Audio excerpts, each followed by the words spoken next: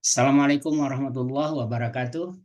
Alhamdulillahilladzi bi ni'matihi tatimmus shalihat. Alladzi khalaqal mauta wal hayata liyabluwakum ayyukum ahsanu amala. Asyhadu an la ilaha illallah wahdahu la syarikalah wa asyhadu anna Muhammadan abduhu wa rasuluhu. Allahumma shalli ala Muhammad wa ala ali Muhammad. Alhamdulillah puji dan syukur kita panjatkan kepada Allah Subhanahu wa taala. Pada pagi hari ini Allah masih beri kita sehat, Allah masih beri kita kesempatan, Allah Allah masih beri kita waktu ya untuk mengisi koper-koper kita sebelum kita dipanggil olehnya. Bapak Ibu sekalian, pada pagi hari ini kita bersama Ustadz Saiful Akib SCMA dengan tema adalah risalah berkurban, yaitu berkurbanlah selagi ada kesempatan dan jangan jadi korban, Insya Allah.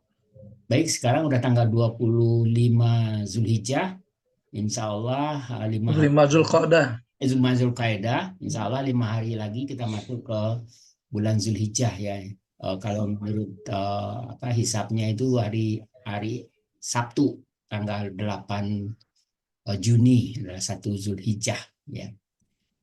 Sudah dekat waktunya memang hari berkorban. Silakan Ustadz, kita mulai dengan sama-sama baca basmalah. Bismillahirrahmanirrahim. Pada Ustadz kami silakan. Baik, terima kasih. Bismillahirrahmanirrahim. Assalamualaikum warahmatullahi wabarakatuh. Waalaikumsalam warahmatullahi wabarakatuh. Alhamdulillahirabbil alamin. Nahmaduhu wa nasta'inuhu wa nastahdi. Asyhadu an la ilaha illallah wahdahu la syarikalah wa asyhadu anna Muhammadan abduhu wa rasuluh. Allahumma sholli wa sallim wa barik ala nabiyyina Muhammad Abdillah wa ala alihi wa sahbihi wa mawalah wa la hawla wa la quwata illa billah wa ba'd. Yaqulullahu tabaraka wa ta'ala fi kitabil aziz wa huwa asdaqul qailin. A'udzu billahi minasy syaithanir rajim. Inna a'tainaka al-kautsar fasholli li rabbika wanhar inna syani'aka huwal abtar. Shadaqallahul azim. Hadirin hadirat Bapak Ibu peserta taklim virtual dari saya lupa mulu ini HKI ya. Husnul Khatimah Institute. Husnul Khatimah Institute yang dirahmati Allah Subhanahu wa taala. Alhamdulillah wa syukurillah, kita bersyukur pada Allah Subhanahu wa taala. Pagi hari ini kita bisa duduk kembali di depan kamera kita masing-masing untuk kita menelaah sekaligus mentadaburi dan mengkaji tentang berbagai macam hal dalam agama Allah, terutama dalam syariat berkurban, yang mudah-mudahan Allah nantiasa jadikan sebagai motivasi bagi kita, sekaligus tuntunan bagi kita untuk bisa berkurban karena Allah Subhanahu wa taala. Shalawat dan salam semoga senantiasa tercurah pada Nabi besar Muhammad sallallahu alaihi wasallam, yang dalam sabdanya beliau mengatakan, man kana lahu sa'atun walam yudahi fala yaqrabanna musallana. Barang siapa di antara kalian yang punya kemampuan, punya keluasan rezeki, namun dia tidak mau menyembelih hewan kurban, maka kata Rasulullah, fala yaqrabanna musallana. Jangan sekali-kali mendekati tempat sholatku. Maksudnya jangan menganggap sebagai umatku terbaik. Mudah-mudahan kita termasuk umat Rasulullah SAW yang di akhirat nanti senantiasa dilimpahkan setelah syafaat dari beliau, sehingga kita layak menjadi umat yang terbaik di muka bumi ini. Amin ya rabbal alamin. Bapak Ibu yang rahimakumullah, sebenarnya kalau bicara kurban ini kita hanya mengulang-ulang ya, maklumat dan isyarat-isyarat syariat di dalam rangka kita berbakti kepada Allah sesuai dengan momentum dan waktu-waktu tertentu. Bahkan dikatakan bahwasanya bulan haji ini memang ada bulan ketaatan. Bahkan ketika haji Allah hubungkan dengan beberapa bulan sebelumnya. Dalam Al-Quran dikatakan al-hajju ashhurum ma'lumat. Faman farada fihinnal hajja fala rafasa wala fusuqa wala jidala fil hajj. Jadi Allah jelaskan bahwasanya pelaksanaan ibadah haji itu tidak hanya 1 bulan, tapi ada bulan-bulan tertentu, yaitu 3 bulan. Dari mulai Syawal, Dzulqa'dah, dan Dzulhijjah. Dan 3 bulan ini pun akhirnya 2 bulan terakhir itu menjadi bulan yang Muharram, artinya dimuliakan Allah Subhanahu wa taala. Itu artinya bahwa kita hidup saat ini bulan-bulan yang Allah muliakan semua. Makanya ketika datang Idul Kurban, maka Allah SWT hitop kita sebagai umat Rasulullah dengan kata-kata orang-orang yang merasa mendapatkan nikmat yang banyak. Maka katakan dalam surat Al-Kautsar dikatakan gini, inna a'toinaka Al-Kautsar. Sesungguhnya engkau ya Muhammad, itulah makhluk atau Allah telah berikan kepadamu nikmat yang besar. Itu nikmat yang banyak. Karena Kautsar ini di samping nama sebuah sungai di surga nanti, Al-Kautsar juga dari kata-kata Al-Kasir. Jadi jam'ul jawami namanya Al-Kawasir, kemudian Al-Kautsar. Jadi artinya nikmat yang banyak. Makanya kita tidak bisa menghitung nikmat Allah. Kata dalam ayat lain dikatakan wa in ta'uddu nikmatallahi la tuhsuha. Jika seandainya saja kalian ingin menghitung nikmat Allah, nggak akan ada bilangan yang bisa menghitung nikmat tersebut. Bahkan Allah sering hitop kita dalam surah Ar-Rahman dengan kata fabi ayyi ala rabbikuma tukadziban. Artinya nikmat yang mana lagi yang kita dustakan, karena begitu banyak Allah berikan nikmat pada kita semuanya. Apa konsekuensinya dengan nikmat yang banyak itu? Kata Allah, fasholli li rabbika wanhar. Maka sholatlah engkau ya Muhammad, yaitu sholat Id, maksudnya Idul Adha, wanhar, dan sembelihlah hewan kurban itu. Oleh karena itu, bagi Nabi Muhammad, ini perintah yang wajib. Maka Nabi Muhammad SAW semasa hidup beliau itu menyembelih tidak kurang dari 63 ekor kambing. Karena sesuai dengan jumlah umur beliau 63 tahun. Padahal beliau sudah menyiapkan 100 ekor kambing untuk dijadikan hewan kurban. Kemudian dilanjutkan oleh Ali radhiyallahu an, nanti kita jelaskan, kita terangkan dalilnya bagaimana ketika Ali melanjutkan masalah perintah kurban ini. Maka kata Allah, inna syani'aka huwal abtar, sungguhnya orang-orang yang mengejekmu, yang melecehkanmu. Karena perintah berkorban ini tidak luput dari ujian-ujian, godaan-godaan sekaligus ejekan-ejekan dari orang-orang kafir Quraisy, termasuk orang-orang Yahudi ada di Madinah. Itu kenapa? Karena orang Yahudi mengatakan Muhammad hanya mengikuti risalah agama kita saja. Buktinya agamanya merintahkan penyembelihan hewan kurban. Maka dianggap sebagai agama yang sedang kemusyrikan. Allah katakan inna syani'aka huwal abtar. Sesungguhnya mereka atau orang-orang yang mencercamu ya Muhammad, Allah akan angkat keberkahan nikmatnya itu atau hidupnya itu. Nah, makanya kita juga bersyukur ketika masih menyadari bahwa sesungguhnya perintah kurban ini jangan kita lecehkan, jangan kita abaikan. Karena kalau kita abaikan dan kita sederhanakan perintah ini, kita anggap sepele, takutnya masuk kategori huwal abtar, mereka-mereka yang dicabut keberkahan hidupnya oleh Subhanahu wa taala. Oleh karena itu Rasul memberikan motivasi pada kita dan kata man kana lahu sa'ah, siapa saja yang punya kesempatan peluang untuk berkorban namun walam yudahi, tapi enggak mau berkorban atau menyembelih hewan kurban, fala yaqrabanna musallana, maka jangan sekali-kali mendekati tempat sholatku. Maksudnya jangan menganggap dirinya atau sebagai umatku terbaik. Maka saya simpulkan dari ayat dan hadis ini dengan kata-kata berkurbanlah selagi ada kesempatan dan jangan jadi korban.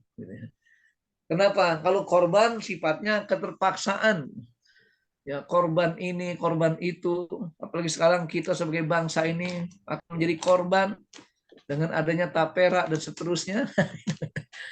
Ini kan korban namanya. Kenapa? Karena tanpa keinginan kita sebagai bangsa dan tanpa ada maslahat yang jelas, tapi dipaksakan untuk ini itu. Oleh karenanya wajar saja kita ada beberapa fraksi di DPR itu akan mengkaji ulang tentang pelaksanaan undang-undang tapera ini. Ini jamaah rahimakumullah, hidup itu syarat dengan fenomena yang sangat unik, termasuk melahirkan sebuah kesadaran untuk berkorban di jalan Allah Subhanahu wa taala. Nah, ini dasar syariahnya. Dan itu di belakangnya ada latar belakang atau background, itu ada sertifikat kompetensi juru sembelih halal, Juleha. Alhamdulillah saya mendapatkan sertifikat Juleha ini, berarti disahkan secara aturan etika menyembelih di Indonesia ini melalui Majelis Ulama untuk menjadi kelompok dalam Juleha, jadi juru sembelih halal. Nggak pakai Siti, tapi bukan Siti Juleha, cuman Juleha saja. Allah SWT menjelaskan dalam surat Al-Hajj ayat 36, ini sebagai motivasi kita memahami bagaimana syariat kurban ini menjadi hal yang penting. Dalam firman-Nya, a'udzubillahi minasyaitonirrajim, wal budna ja'alnaha lakum min sya'airillah.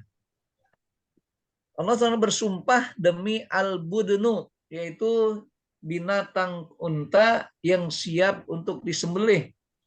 Artinya yang sesuai dengan aturan-aturan binatang yang layak menjadi binatang sembelihan, binatang kurban. Itu al-budnu, itu seekor unta yang siap untuk disembelih. Dan bersumpah, namun dibaca wal budna, bukan wal budnu, bukan wal budni.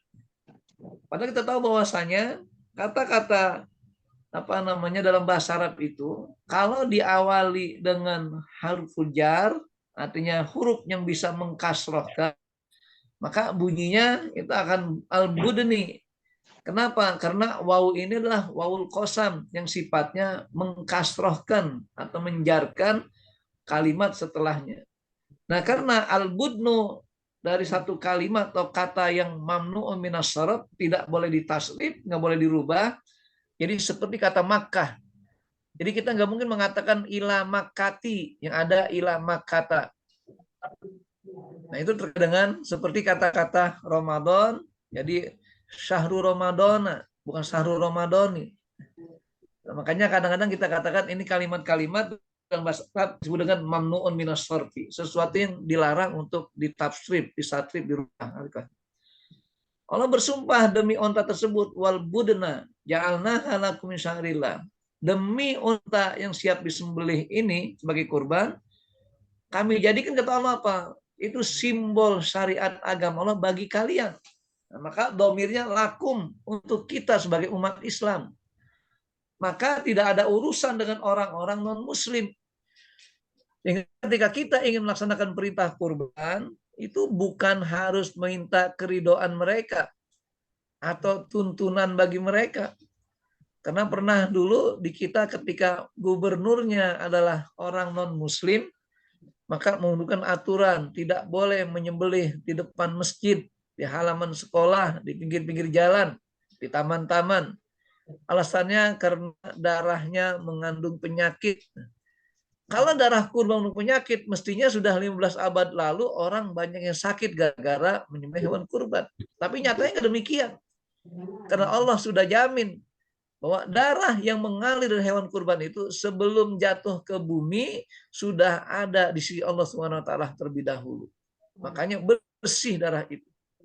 Bahkan saya secara pribadi mulai nyembelih hewan kurban sejak tahun 95.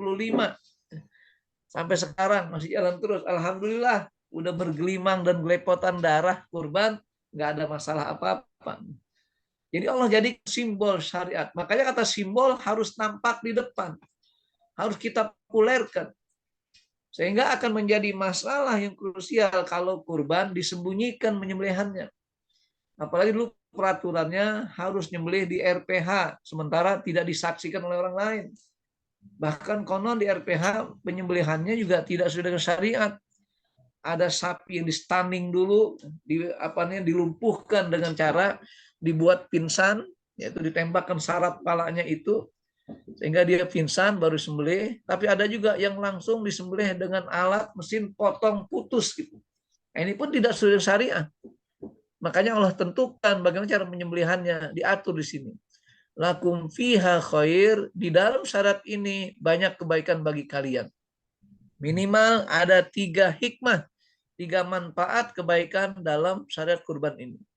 Yang pertama, bagi kita sebagai seorang mukmin itu Afwan Ustaz, ya. Slide-nya belum berganti dari tadi ya? Udah? Belum ganti? Kok di saya belum? Sudah berubah belum? Yang lain gimana? Slide-nya berganti nggak ya? Belum, Pas Belum. saya nggak bikin, Bang. ganti, nggak Belum ganti berganti, dari Pak. tadi. Belum Oh, baik. berganti, Saya Ustaz. coba. Ya, saya Belum rubah dulu. ganti. Di rumah lagi, coba diulang.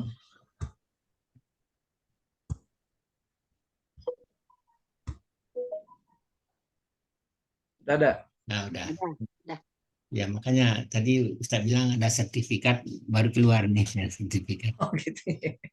Baik, saya lanjutkan. Maaf, ini ada apa nih mungkin Ada kurang. tiga syarat apa tadi?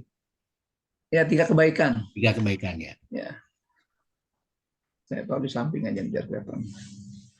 Ya, jadi ada 3 kebaikan, yaitu kata-kata lakum fiha khair. Dalam syarat ini ada 3 kebaikan memberikan pada kita, karena kata-katanya lakum, berarti lakum untuk orang mukmin saja. Apa 3 itu? Yang pertama sebagai sarana bukti ujian keimanan bagi kita. Makanya kalau kita ingin menguji keimanan kita, gampang saja gitu. Bahwa hal ini sifatnya menjadi sebuah keyakinan bagi kita, bahwa secara berkurban ini adalah merupakan bentuk ujian keimanan. Makanya kita lihat nanti pada masa Nabi Ibrahim, bagaimana iman diuji seperti rupa Nabi Ibrahim. Sehingga dikatakan lakum fiha khair. Yang kedua, bahwa dengan syarat kurban menumbuhkan kesadaran kita untuk peduli sosial. Di mana dengan cara menyembelih kurban berarti kita juga berbagi kenikmatan pada orang lain dengan daging kurbannya tersebut. Dan yang ketiga, Allah tentukan bahwa daging kurban daging terbaik sepanjang masa. Makanya tidak ada daging terbaik selain daging kurban tersebut. Oleh karenanya para orang kaya, mereka-mereka yang biasa rutin makan daging setiap saat, jangan pernah menolak kalau mendapat bagian daging kurban. Walaupun secuil, nikmati. Kenapa? Karena ini daging terbaik di dunia. Kenapa demikian? Karena lihat penyembelihannya. Kata Allah ayat berikutnya, fadzkurusmallahi 'alaiha shawab. Maka sebutlah nama Allah penyembelihannya di saat unta tersebut akan berdiri. Karena unta tidak bisa berbaring. Makanya sampai saat ini nggak ada metode bagaimana cara merobohkan unta. Yang banyak metode cara merobohkan sapi ataupun kerbau. Nah, karena unta disembelih dalam keadaan berdiri. Faiza wajabat junubuha, kalau dia sudah jatuh terkapar, artinya sudah mati unta tersebut, fakulu minha wa atimul qani wal mu'tar. Maka silakan diolah untuk dimakan. Ini perintah fakulu minha, bagi pengorban berhak untuk memakan dagingnya. Wa atimul qani'a, dan juga berikan makan kepada orang-orang yang kaya, artinya punya kepuasan rezeki. Wal mu'tar, orang yang miskin yang butuh nikmat tersebut. Jadi dalam hal ini kita simpulkan bahwa distribusi daging korban bagi kita umat Islam ini dibagikan pada 3 kelompok. Pertama, kelompok pengorban sepertiganya. Kedua, kelompok orang kaya sebagai hadiah. Ketiga, kelompok orang miskin sebagai sedekah. Maka itu kita katakan menikmati daging korban cara bersama-sama. Nggak dibedakan mana yang miskin. Semua boleh merasakan daging korban ini. Kemudian pertanyaan berikutnya, adzalika sakharnaha lakum la'allakum tashkurun. Demikianlah kami tundukkan binatang ternak ini untuk kalian. Sehingga jamaah rahimakumullah, hakikatnya nggak ada kata binatang yang ngamuk ketika disembelih. Kalau kita baca doa tashkhir, kalau kita tundukkan binatang melalui doa yang kita baca, karena Allah SWT, karena Allah yang tundukkan binatang tersebut. Kata Allah, kadzalika sakharnaha lakum. Demikianlah kami tundukkan binatang tersebut untuk kalian. Makanya kalau kita yang nyembelih seekor sapi yang kelihatan ganas, bisikan di telinganya. Bacakan doa tashkhir yang seperti kita baca kalau naik kendaraan. Subhanalladzi sakhkhar lana hadza wa ma kunna lahu muqrinin. Itu kita bacakan kepada sapi tersebut. Kita bilang, hai sapi, engkau adalah hamba Allah, aku juga hamba Allah. Dan saat ini aku diberi Allah SWT untuk menundukkanmu, maka tunduklah. Insya Allah sapi akan menerima hal itu.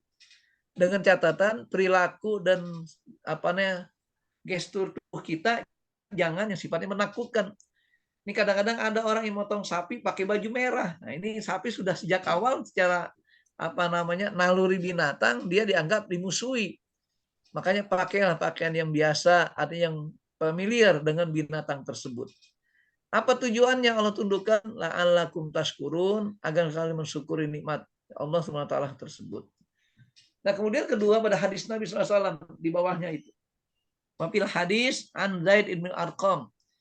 Diriwayatkan dari Ibn Arqam radhiyallahu anhu qala ashabu Rasulillah SAW. Para sahabat Nabi berkata kepada Rasul, menanyakan, ya Rasulullah, ma hadhil adahi? Ya Rasul, apa sih rahasia sembelihan kurban ini?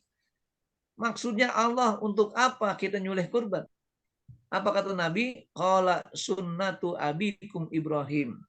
Ini merupakan sunnah kebiasaan bapak moyangmu Nabi Ibrahim. Karena kita namanya Ibrahim julukannya Abul Anbiya, bapak moyangnya Nabi. Berarti ini kita lihat semuanya syariat Islam ini, terutama dalam konteks korban, ini cikal bakalnya sejarah bagaimana pengorbanan Ibrahim dengan putranya itu. Kita pernah mendengar cerita bagaimana ketika Ibrahim sudah sekian lama, ada yang mengatakan 150 tahun hidup, belum punya anak, ada yang bilang 200 tahun belum punya anak. Maka Allah uji dengan hal ini. Sehingga apa? Ketika mendapatkan anak dari istri keduanya, dan ternyata menjelang dewasa atau mulai masuk usia puber, Allah uji Ibrahim imannya untuk menyembelih Ismail. Maka bahasanya itu menyembelih, bukan membunuh.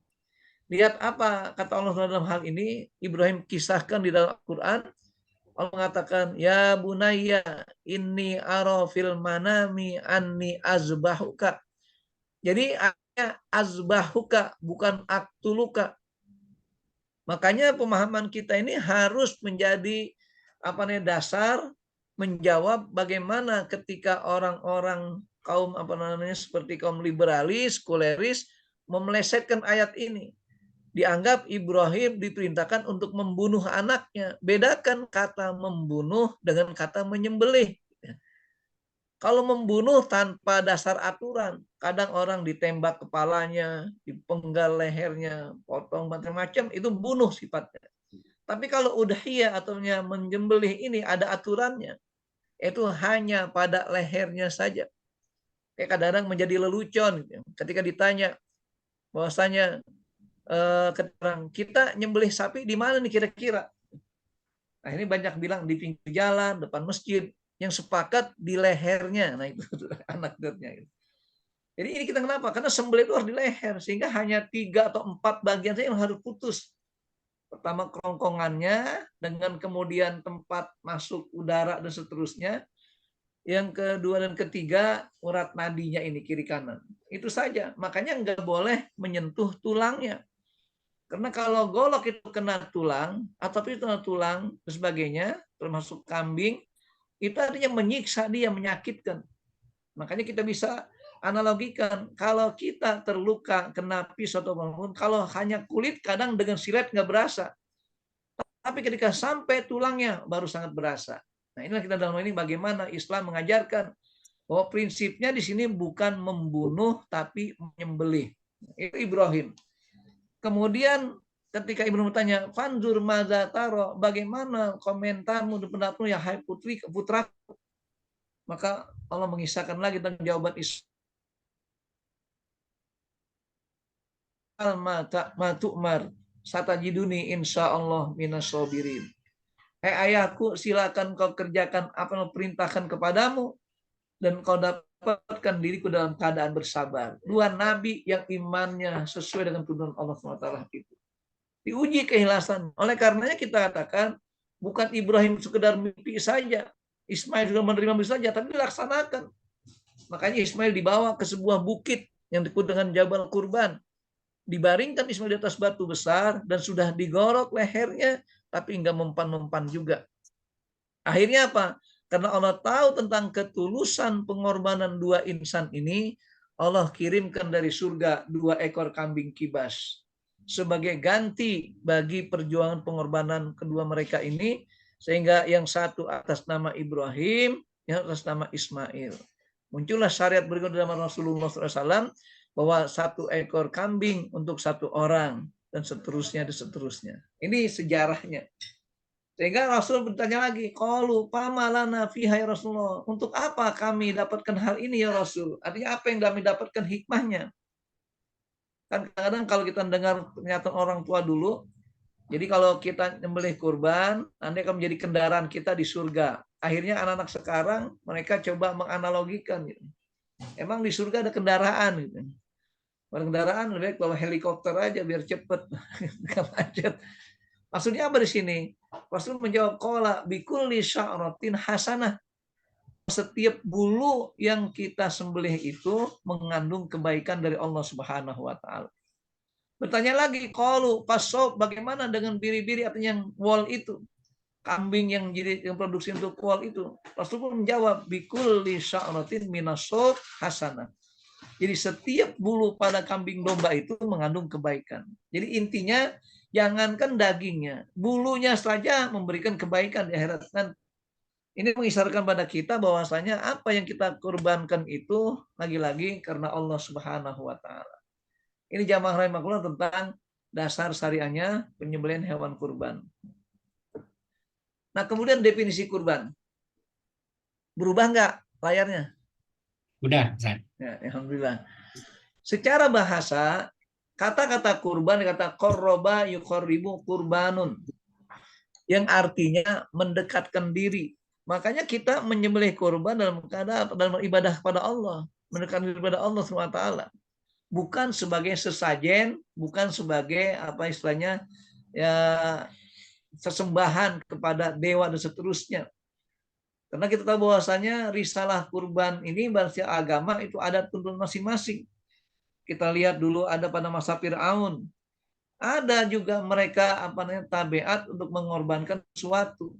Bahkan pada masa Fir'aun yang dikorbankan bukan binatang ternak, tapi anak gadis yang tercantik di masa itu harus dikorbankan ketika dewanya minta si fulan sebagai korban. Bahkan kita katakan dalam ajaran-ajaran atau keyakinan animisme, dinamisme, itu dengan kaum-kaum mistik, mereka juga menghadirkan itu. Jadi mereka berikan sesajen kepada dewa-dewa mereka untuk mengorbankan sesuatu. Bahkan kita lihat banyak para petani ketika panen, mereka arungkan ya, hasil panennya di laut untuk mempersembahkannya kepada Dewi Sri. Padahal Dewi Sri nggak makan gabah kan gitu. Ini terkait dengan kenapa? Karena mereka merasa berkurban, tuntutan keyakinan mereka. Maka Islam dituntun demikian rupa, harus berupa binatang ternak. Makanya definisi secara istilahnya dikatakan penyembelihan hewan ternak berupa unta, sapi, atau kerbau dan kambing sampai mati. Nah ini definisinya. Menyembelih korban harus sampai mati. Dan matinya hewan kurban itu ditandai ketika putus 4 hal tadi. Pertama kerongkongan, dan yang kedua tentang aliran napas di kerongkongan ini. Yang ketiga dan keempat kiri kanan urat nadi. Makanya kalau nyembelih pisaunya harus miring begini. Jadi sekali tarik agak diputar setengah lingkaran. Jangan lurus begini aja, itu hanya kerongkongan saja. Sehingga urat nadinya nggak putus. Kalau kita putar begini, maka tidak akan menembus kena tulangnya. Tapi kalau kita paksakan dorong, akan kena tulangnya itu. Itulah etika dalam menyembelih. Makanya perintah menyembelih harus dengan cara yang ihsan. Dan itu dilakukan sesuai dengan syarat dan ketentuan pada hari nahar, yaitu hari penyembelihan kurban. Yang dikenal Idul Adha plus hari tasrik yang 3 hari itu. Sehingga hari raya nahar, kata Nabi, ayamun nahri, ayamul akli wasyurbi. Jadi hari nahar hari makan dan minum. Kenapa? Itu hari-hari pesta makan kita. Makanya nggak boleh berpuasa 4 hari berturut-turut. Dan kita lakukan semata-mata ibadah karena Allah SWT. Definisi ini saya ambil dari kitab Kashful Gummah karya Abdul Wahab Asy-Sya'rani. Sebagai tokoh ulama fikih, ulama Syafi'i, ketika menjelaskan tentang bagaimana Kashful Gummah itu mengungkap sesuatu yang tersembunyi pada umat ini. Makanya kitab ini isinya banyak hal-hal yang kadang-kadang tidak populer, yang orang tidak menganggap secara mendasar, diungkap dalam kitab tersebut, namanya Kashful Gummah. Jadi membuka tabir ketersembunyian atau kegumuman sesuatu. Kemudian Rasul menjelaskan tentang pentingnya menyembelih hewan kurban di hari kurban ini. Dari riwayat Aisyah mengatakan, ma'amila ibnu Adam yauman nahri amalan ahabba ilallahi azza wa jalla min hiraqatidam. Tidak ada seorang anak Adam yang mengerjakan sesuatu di hari raya kurban kecuali apa yang Allah cintai kepada amal tersebut adalah dengan cara mengalirkan darah. Artinya menyembelih hewan kurban. Jadi bukan hanya bersedekah dagingnya saja. Pokoknya kita nggak bisa membeli hewan kurban, kita beli dagingnya di pasar, kita sedekahkan, bukan itu. Tapi yang penting bagaimana mengalirkan darahnya. Makanya disunahkan bagi pengorban, kalau dia mampu, dia boleh menyembelih dengan tangannya sendiri. Bahkan pada istri Rasulullah sebagai wanita pun, itu seperti Hafsah binti Umar bin Khattab, itu beliau menyembelih kambing kurbannya dengan tangannya sendiri. Bahkan Fatimah dipilih Rasulullah untuk hadir menyaksikan penyembelihan kurbannya. Nanti lihat dasar hadisnya berikutnya itu. Itulah kenapa? Karena pentingnya mengalirkan darahnya sebagai bentuk kesan kita berkorban pada saat itu. Lebih dari itu kata Rasulullah, wa innahu layati yaumal qiyamah. Ini salah satu hikmah dari kurban ketika di akhirat nanti. Yati yaumal qiyamah, akan datang di hari kiamat nanti biquruniha, dengan tanduk-tanduknya, wa azlafiha, dengan kulit-kulitnya, wa asy'ariha, dengan bulu-bulunya. Jadi yang mendatangkan syafaat pada kita bukan sekedar daging dan tulangnya saja, semua tanduknya, kulitnya, bulunya semua akan memberikan syafaat pada kita.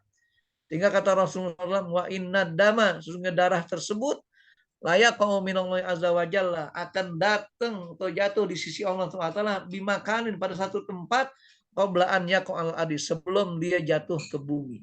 Jadi Allah sudah terima terlebih dahulu, disiapkan tempatnya itu. Makanya sudah disterilkan, nggak ada lagi penyakit dalam hal ini. Apa perintahnya kalau melihat hadis begini? Kata Rasulullah, fatibu biha nafsan. Maka ikhlaskanlah kalian menyembelih hewan kurban. Bukan karena yang lainnya, tapi semata karena Allah SWT. Makin tulus hati kita niat karena Allah, maka makin besar nilai kurban yang kita dapatkan di sisi Allah nanti. Inilah jamaah rahimakumullah tentang pentingnya kita menyembelih hewan kurban, sehingga dari definisinya dan dasarnya untuk kita melakukan tindakan terbaik di hari raya kurban ini. Nah, bagaimana kriteria hewan kurban yang perlu disembelih atau yang boleh disembelih? Nah, yang pertama harus berupa binatang ternak, yaitu jenis an'am. Kenapa dikatakan an'am? Karena kasirun ni'am, saking banyaknya nikmat dikandung binatang tersebut. Allah firmankan dalam surat Ghafir 9 dikatakan, Allahul ladzi ja'ala lakumul an'am litarkabu minha wa minha takulun. Salah satu ciri binatang an'am itu bisa dikendarai, bisa dimakan dagingnya, halal. Makanya harimau walaupun besar, tapi nggak boleh daging makan, dia bukan an'am. Gajah juga begitu, walaupun besar bisa dikendarai, tapi nggak bisa dimakan dagingnya, itu bukan an'am. Gimana kuda? Menjadi ikhtilaf untuk ulama. Karena pada masa sahabat pernah terjadi seorang sahabat menyembelih seekor kuda sebagai sembelihan kurban pada hari raya kurban itu. Yang kedua, hewan kurban yang disembelih adalah harus yang sehat, tidak cacat dan cukup usianya. Dari Imam Barok mengatakan la yudahi bil arja, tidak boleh kita menyembelih binatang yang pincang, bayinu dzaliha, jelas pincangnya. Wala bil aura bayinu auriha, jangan yang buta, yang jelas butanya. Wala bil maridah bayinu warda, jangan yang sakit dan jelas sakitnya. Wala bil ajfa, jangan yang kurus kering, alatilatunki, yang tidak mengandung daging. Artinya hanya tulang dan kulit saja, saking kurusnya. Itu artinya apa? Bahwa ketika seorang menyembelih hewan kurban itu harus ada ketentuan yang terbaik. Sampai-sampai Ummu Bilal meriwayatkan sebuah hadis mengatakan, ya juzu al jaza minad do'ni udhiyah. Boleh kita menyembelih jaza, itu sejenis kambing yang dikenal dengan usia balik kambing itu. Antara 8 sampai 6 sampai 8 bulan kambing tersebut sebagai udhiyah. Ini batasnya. Adapun tentang peruntukannya, 1 ekor kambing untuk 1 orang. Sebagaimana sejarah zaman Nabi Ibrahim dulu. Jadi 1 ekor kambing 1 orang, karena 2 ekor kambing dari surga Allah turunkan untuk mewakili 2 orang manusia, yaitu Ibrahim dan Ismail. Kemudian 1 ekor sapi atau unta untuk 7 orang. Bahkan boleh saja 1 ekor unta untuk 10 orang. Mana dasarnya? Ini dari Ikrimah bin Abbas. An Ibnu Abbas qala kunna ma Rasulillah SAW fi safarin. Kata Ibnu Abbas, kami dulu bersama Rasul dalam keadaan perjalanan. Jadi di perjalanan ini artinya dalam masa-masa peperangan. Fahadarul adha, ternyata datang hari Idul Adha. Pastarokna fil baqarati sab'atan wa fil ba'iri asyaratan. Maka kami bergabung dalam 1 ekor sapi untuk 7 orang dan 1 ekor unta untuk 10 orang. Riwayat Tirmizi. Ini dasarnya, sehingga ketika ada ustadz yang berpendapat pokoknya yang terbaik kurban dengan kambing, karena Nabi kurban dengan kambing. Itu karena Nabi sebagai contoh pribadi beliau. Karena bagi beliau wajib untuk menunjukkan dirinya sebagai seorang rasul yang wajib melakukan kurban, maka dengan kambing itu. Adapun umatnya berikutnya, mereka bisa bergabung dengan siapapun. Ini dibuktikan pada masa sahabat, Rasul masih ada lagi. Kata Nabi SAW, pastarokna fil baqarah sab'atan wa fil ba'iri asyaratan. Jadi hal ini bukan mengada-ada, bukan hal yang baru, sudah terjadi sejak zaman Rasulullah. Kadang-kadang keterbatasan para asatidz membahas buah hadis secara rinci, sehingga menyimpulkan pemahaman yang picik sifatnya menetapkan sesuatu itu. Bahkan yang kedua, yang poin D nih, yang kadang menjadi bahan diskusi juga. Boleh menyembelih kurban atas nama mayit. Orang bertanya, mana dasarnya? Ini lihat hadis dari Ali radhiyallahu anhu. Kata Ali apa? Annahu kana yudahi bika besyaini. Bahwa Ali diperintahkan Rasulullah setelah Rasul wafat untuk menyembelih 2 ekor kambing. Ahadahuma anin Nabi SAW, yang satu atas nama Rasul, padahal Rasul sudah wafat. Kemudian wal akhor an nafsihi, yang satu lagi untuk dirinya sendiri. Sehingga sahabat bertanya, fakilah lahu, ditata Ali, kenapa kau kerjakan itu? Apa kata Ali? Faqala amaroni bihi, yakni an Nabi SAW. Bahwa Nabi merintahkanku untuk mengerjakan hal seperti ini. Fala adahu abadan, aku tidak meninggalkan sekalipun. Inilah jamaah rahimakumullah. Jadi ketika kita bicara bagaimana memahami perihal pentingnya menyembelih hewan kurban dalam rangka kita memeriahkan dan memaksimalkan Idul Kurban sebagai hari-hari terbesar bagi umat Islam. Sebelum kita lanjutkan, kita buka dulu permintaan jawab biar bisa berkembang ya permasalahan kita bahas pada pagi hari ini. Karena saya sudah ada sekitar 62 orang yang hadir. Ya. Baik. Silakan. Baik Bapak Ibu sekalian, silakan kalau ada mau klarifikasi dari yang sudah kita sampaikan tadi ya. Ini Assalamualaikum Pak Mas. ada yang udah ngacung duluan ya. Sebentar Bu Momon, Ibu Haja Asna, silakan Bu Haja Asna. Ini udah resen. Oh ya, silakan Bu. Dibuka dulu mic-nya Bu. Terima kasih Pak Mazwar, terima kasih Pak Ustadz yang telah memberikan saya waktu. Assalamualaikum warahmatullahi wabarakatuh. Waalaikumsalam warahmatullahi wabarakatuh. Sepertinya saya di luar materi ya Pak Ustadz tanya. Ya masalah kurban. Saya sering mendengar daripada Ustadz kalau kita menyembelih kambing, bukan sapi ya Pak Ustadz. Kambing 1 ekor diatasnamakan kepala keluarga dan untuk keluarga. Nah, kemudian yang saya tanyakan, misal kita punya anak angkat. Nah, sudah itu dia kan darahnya lain Pak Ustadz ya. Nah, sedangkan kita di rumah ini saya kepala keluarganya Pak Ustadz. Yeah. Saya kurban itu atas nama keluarga, yang si anak angkat ini dapat pahalanya nggak Pak Ustadz? Atau data satu lagi Pak Ustadz, kalau kita mengatasnamakan biar abdul saya kurban itu saya atasnamakan anak angkat. dan keluarga. Bagaimana yang sesungguhnya abdolnya sekali Pak Ustadz? Terima kasih Pak Ustadz. Baik, terima kasih. Assalamualaikum warahmatullahi wabarakatuh. Sebelum dilanjutkan, maaf Pak Ustadz, soalnya ada kaitan dengan pertanyaan pertama Pak. Iya, Saya silakan. sekalian jawab. Ya, itu yang disebut, saya juga mempertanyakan apa yang dipertanyakan oleh Ibu Asna tadi, yaitu saya mendengar juga banyak pendapat bahwa satu kambing untuk satu keluarga. Dasarnya adalah korban 2 ekor kambing, 1 untuk Rasul dan keluarganya dan 1 untuk umatnya. Nah, itu dasarnya katanya. Jadi 1 kambing bukan untuk 1 orang. Bagaimana kalau sekiranya dalam keluarga itu kan 5 orang, apakah harus 5 kambing? Nah, itu sesuai dengan pertanyaan Bu Asna supaya sekalian dijawab. Kemudian tadi boleh menyembelih yang poin D untuk mayit. Alasannya saya dengar juga pendapat Ustadz yang lain menyatakan orang sudah meninggal tidak ada putus segala amalannya. Yang boleh itu anaknya berkorban dihadiahkan untuk si mayit. Nah, itu yang boleh. Tapi ke atas nama mayit tidak bisa berkorban lagi. Nah, ini yang juga mengganjal saya tadi. Jadi sekalian jawab, itulah kira-kira. Makasih, maaf saya menyabot pertanyaan ini. Baik, terima kasih banyak. Ya, kasih. Ya. Nah, itu untuk yang lebih jelas materinya saya sudah share di grup ya, di chat. Dan silakan di-download masing-masing. Ya. Nah, begini, bicara masalah bagaimana hakikat risalah kurban ini, terutama dalam peruntukannya.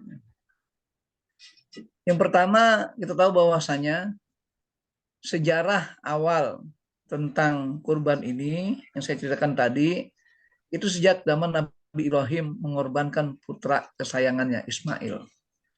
Karena keseriusan 2 insan ini dengan ujian iman yang sedemikian rupa, maka Allah ganti dengan 2 ekor kambing dari surga. Sehingga 1 kambing atas nama Ibrahim, atau nama Ismail sebagai pengorbanan. Berarti di sini muncullah syariat pada masa Rasulullah SAW bahwa Nabi Muhammad SAW seumur hidupnya beliau menyembelih 63 ekor kambing.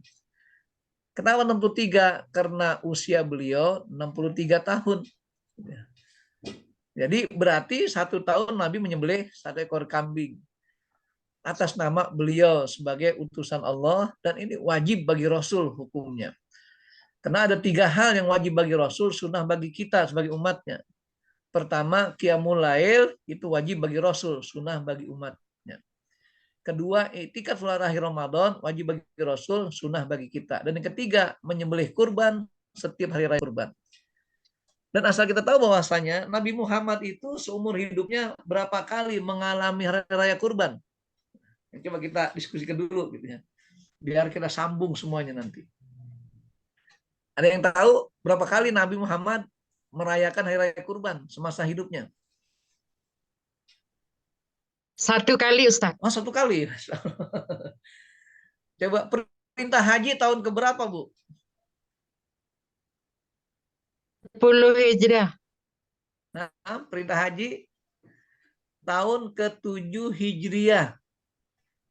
Ketika itu terjadi perjalanan ibadah haji dari Madinah ke Mekah, ternyata sebelum sampai Mekah ada penghadang dari Abu Sufyan dan pasukannya. Sehingga Nabi Muhammad dan para sahabat dari Madinah tidak boleh ibadah haji tahun ke-7 itu. Terjadilah perjanjian Hudaybiyah.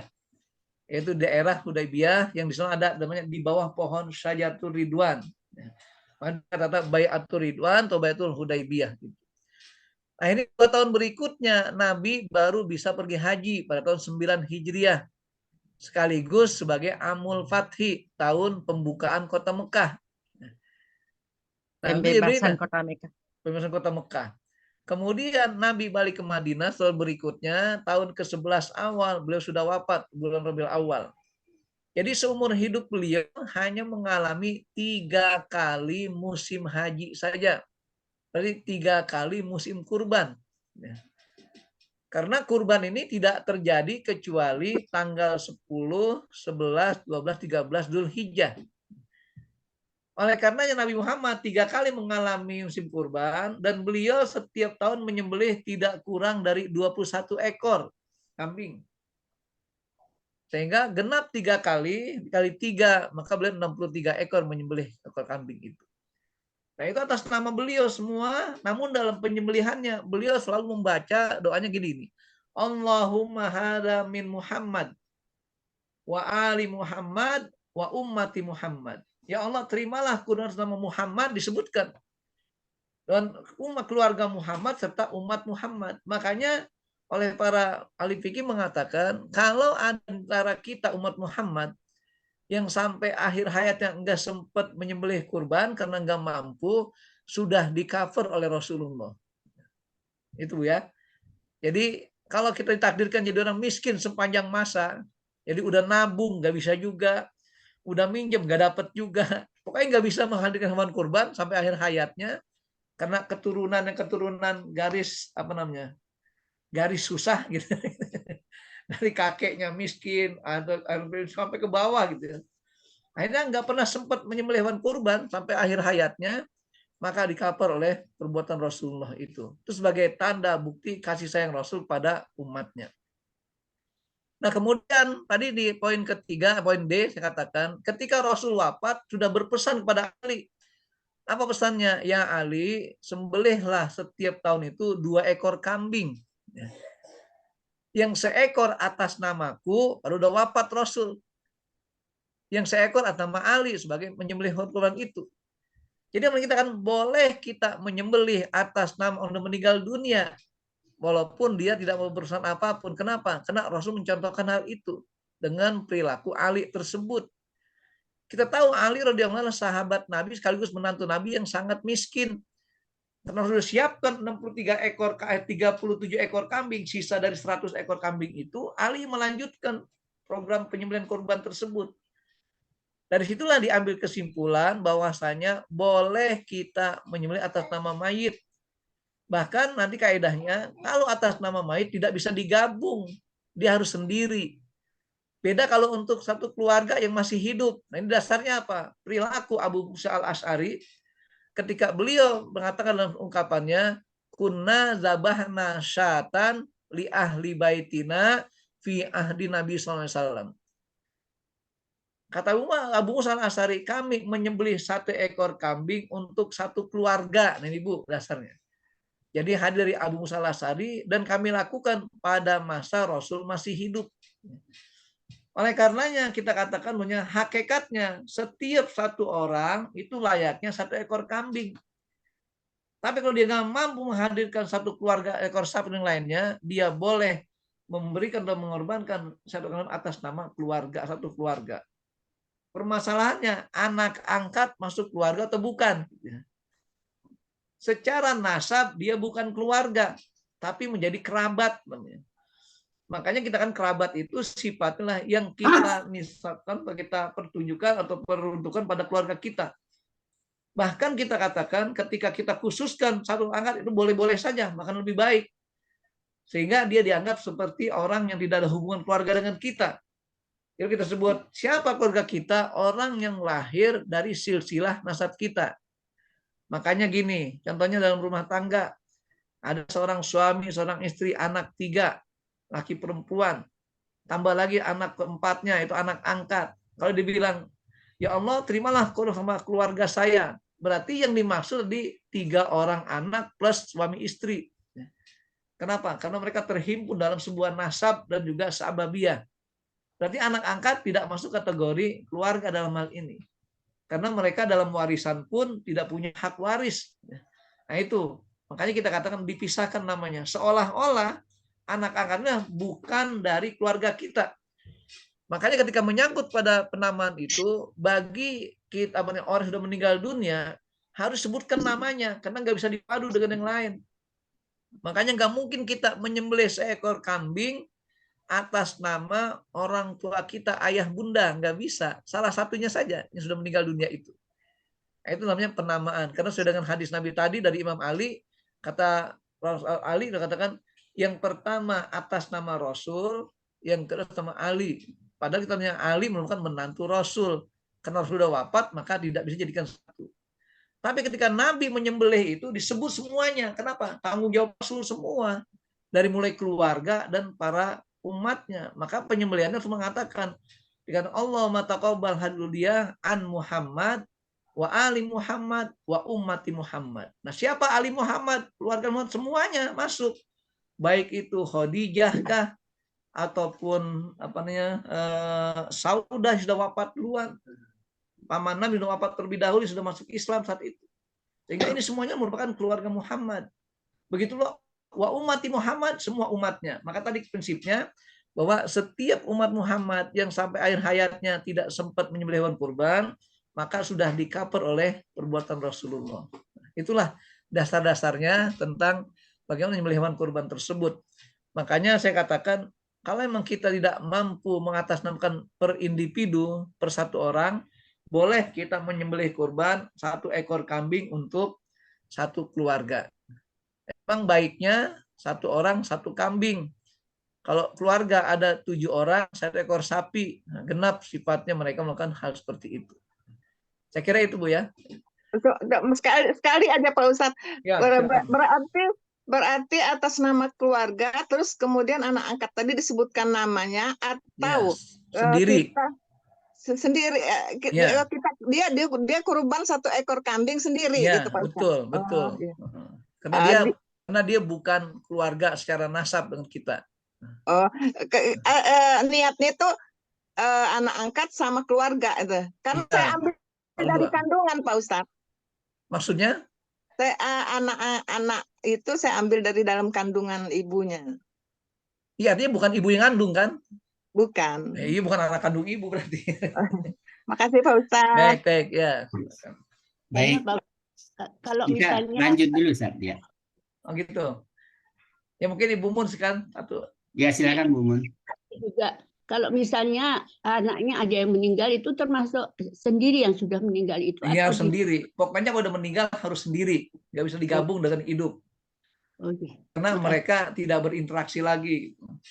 Nah, itu prinsipnya. Terima kasih Pak Ustadz. Baik, kita lanjut dulu ya. Biar selesai. Nah, ini kena sampai jam 10 nggak selesai nih.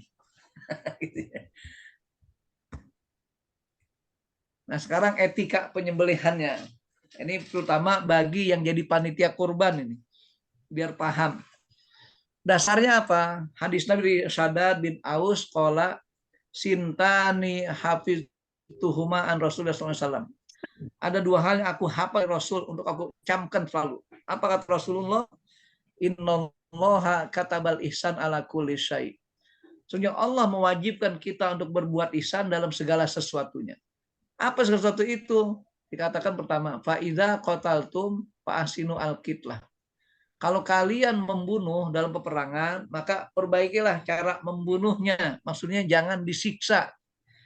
Kalau udah mati ditembak sudah tinggalkan. Jangan sampai diinjak-injak, dicabik-cabik, dipotong-potong, itu menyiksa. Maka kata Rasulullah di sini, fa idza qataltum, bayangkan membunuh saja harus dengan cara yang ihsan, yang baik. Kemudian bedakan lagi, wa iza dabahtum fasin azibha. Kalau kalian menyembelih, maka sembelihlah dengan cara yang baik. Maka tadi saya katakan di awal, bedakan antara kata-kata al-qatl dengan az-zabhu. Ya. Karena al-qatl itu membunuh, targetnya mati dengan cara apapun. Tapi kalau az-zabhu, yaitu dengan cara mematikan binatang itu dengan cara disembelih. Apa yang harus disembelih di sini? Nah, ini ada 4 hal. Kerongkongannya harus putus, pembuluh darah dan makanannya, serta urat leher kiri dan kanannya sebagai urat nadinya itu. Itu aja. 4 itu putus berarti sudah mati dianggap binatang tersebut. Makanya kalau ada kita menghadir dalam penyembelihan hewan kurban, ternyata ada orang baru belajar, baru depannya saja, maka segera dilanjutkan. Sehingga ini kita katakan memang sifatnya tidak etis karena berulang kali menyembelihnya. Maka diharapkan menyembelih yang baik kata Rasul apa? Wal yuhida ahadukum saprotahu, hendaknya seorang antara kalian ada yang mempertajam pisaunya. Jadi diasah sampai tajam, wal yurih gabi tahu, dan dibaringkan dengan apa namanya ya rileks binatang tersebut. Ingat jamaah rahimakumullah, ini sekarang banyak metode-metode yang dikembangkan bagi seorang muslim. bahwa pengertian yang kadang-kadang muncul di hadapan kita ini, orang menghadirkan metode cara itu bagaimana merobohkan sapi biar tidak terkesan menyakitkan. Akhirnya apa? Dibuatlah semacam alat dari besi yang dikerek diputar begini, sehingga apa? Sapi diikat dari mulai kepalanya, kakinya, badannya, lehernya, nggak bergerak sama sekali. Ini belum tentu ihsan. Kenapa? Karena kalaupun dibaringkannya tidak sampai bunyi kedebuk, itu pun berarti ihsan bagi dia. Karena kita logikan begini, kalau kita diikat tangan, kita diputar, kita merasa tidak rileks. Tapi kalau kita sendiri di ayunan, kita putar diri kita rileks, walaupun kita tidak diikat sesuatu apapun. Nah, makanya di dalam hal ini, kata-kata ihsan disebut, itu membaringkannya dengan cara yang tidak menyiksanya. Yang kedua, alasan kenapa pas diikat tidak ihsan, karena ketika disembelih darahnya nggak akan mengalir semua, karena badan terikat semua. Padahal mestinya ketika sudah roboh disembelih, dilepas salah satu kakinya untuk dia bergerak sana kemari, biar darahnya mau dipompa oleh jantung sehingga keluar semuanya itu, sehingga dagingnya jadi bersih. Itulah prinsip ihsan. Nah, makanya kita normali kata-kata fal yuriz zabihatahu tidak harus menggunakan alat seperti yang sedang dikembangkan sekarang ini dengan menggunakan ramuan besi itu atau apa istilahnya semacam kerangkeng itu diikat sana kemari diputar gitu ya. Itu belum tentu ihsan sifatnya. Nah, makanya ihsan itu sifatnya harus mempertajam pisaunya dan dibaringkan dengan penuh ketenangan. Yang berikutnya, biaya potong nih bagi para pejagal tidak diambil dari bagian tubuh hewan kurban. Lagi-lagi sebagai pesan Ali radhiyallahu anhu mengatakan kunna umirna an nu'tiya al-jadira min amwalina. Kata Ali, kami diperintahkan oleh Rasulullah untuk memberikan upah kepada pemotong atau jazir itu, jagal, dari harta kami, bukan dari bagian binatang kurban. Makanya kadang-kadang ada seorang jagal memberi syarat kepada panitia, saya terima bayarannya 700 plus satu kepala. Ini nggak boleh. Jadi nggak boleh minta bagian khusus. Kalau dia mau ngambil bagian itu, dia harus beli untuk dilelang dan dibagi-bagi hasilnya kepada jamaah-jamaah yang lain atau para mustahik yang lain. Makanya kami di masjid di sini sudah kami terapkan hal itu.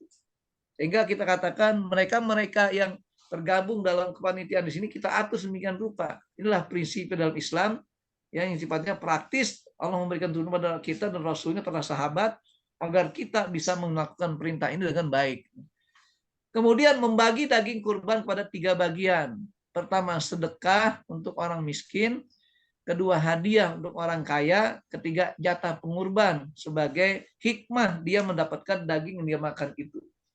Karena ayat Al-Quran di awal kita sampaikan, juga ada hadis Nabi SAW terkait dengan awalnya dilarang kita untuk menyimpan daging korban. Jadi harus habis dimakan saat itu juga. Tapi karena terlalu banyak, maka Rasul SAW memberikan isyarat. Silakan kalian makan dan kalian boleh sedekah, juga boleh untuk istilahnya disimpan, ya, mungkin diawetkan dan sebagainya. Inilah kita katakan prinsip bagaimana etika dalam menyembelih hewan kurban.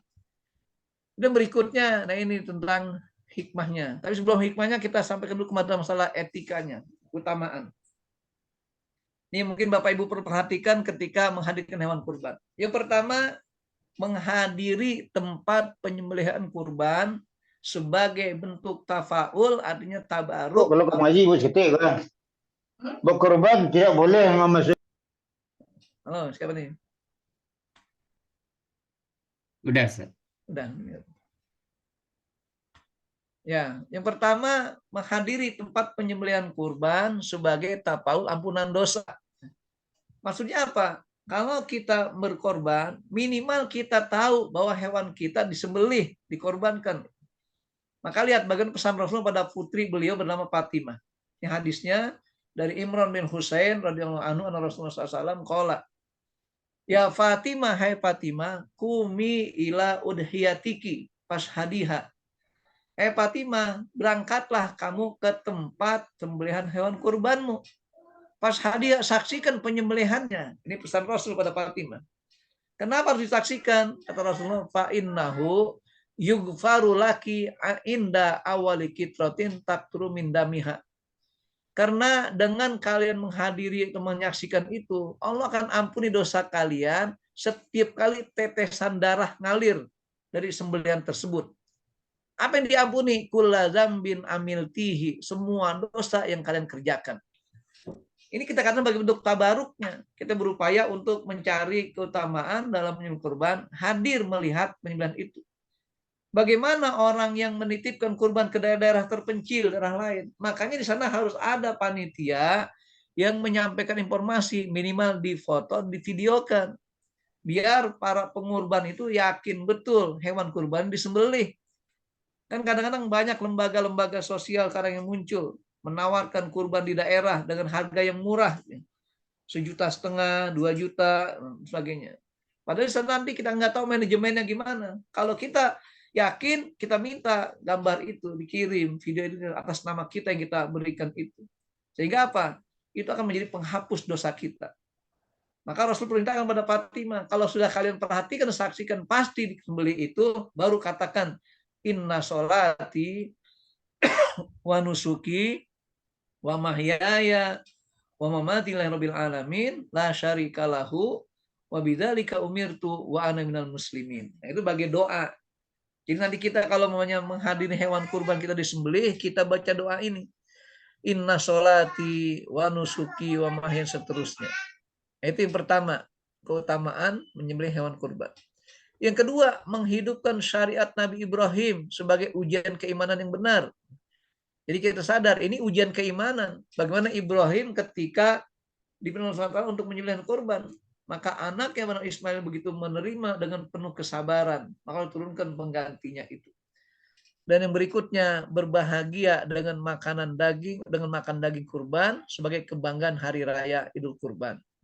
Makanya ketika ditanya di sini, An atau Ibnu Yasar qala, sa'altu Aba Ayyub Al-Ansori, kaifa kanit dohaya ala ahdi Rasulullah SAW, bagaimana kalian menyembelih kurban pada masa Rasul?